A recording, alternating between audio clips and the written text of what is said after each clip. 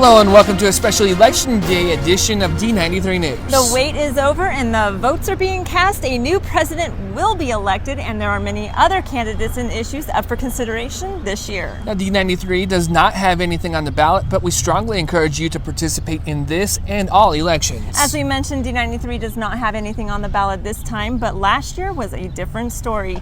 There was a huge turnout last November, and the overwhelming majority showed their support for building a new high school. Well, 1 year later, the foundation has been poured, the walls are going up, and we have a name and mascot for the school.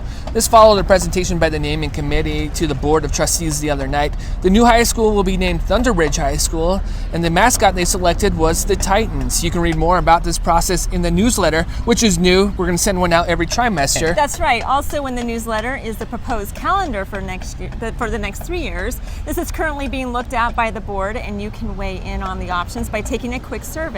The survey ends next week. Again, you can find this and much more in the D93 newsletter. Now, throughout the month, we are doing a special segment in our D93 newscast where we are showing our appreciation for those who help make D93 such a great place. Well, last week, we showed you how Bonneville's Key Club is giving back. And this week, Sam? This week, we are highlighting a music teacher at Rocky Mountain. There are many words to describe Alana Butacofer's choir class, but boring isn't one of them. She doesn't talk normally. She says yeah, and then we have to repeat, and it's never boring in her class. Having fun is what it's all about, and Alana does it as good as anyone. I think it's because she's always making up different ideas of how to get us all engaged in the lesson. Every year, she takes it a step further by inviting half a dozen middle school choirs throughout the region. It takes a lot of work. It's a lot of organizing with the clinician, the teachers from the other schools, ordering all the music, teaching all the music ahead of time, and it's a lot of work to put it together for this many students. This year, the choirs came from as far away as Preston to learn from Dr. Stewart.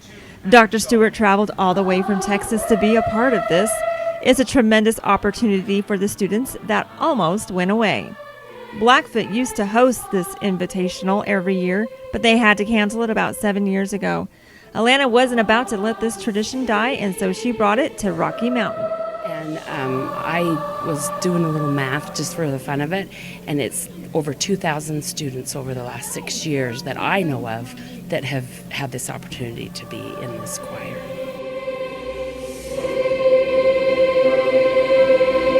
Well, Phil, my daughter is in the choir, and she was in it last year and attended this workshop and the concert afterwards, and it was great, and she said she had a good time this year as well. Sam, you mentioned in the piece that schools from as far away as Preston come out for this. Preston, yeah. I think we all know why. Well, it's Veterans Week, and there are a number of things scheduled this week to honor our vets. So far, Ammon Elementary has invited veterans to participate in a special flag-raising ceremony. That's scheduled for 8:45 Friday morning. Summit Hills has a huge Veterans Day Assembly scheduled for 9 o'clock. That's right, and Hillcrest has an all-area Veterans Day Assembly scheduled at 12:25. They are asking that you RSVP for this one so they know how many meals to prepare for the veterans. You can do this by calling Hillcrest High School. Iona will have an assembly at 1:15, and Lincoln students will retire a flag at 1 o'clock behind the school. Rimrock always has something big scheduled for Veterans Day, and Mrs. Mangus tells us it's already underway. So excited. We are taking it a step further at Rimrock. We don't want to just thank our veterans verbally.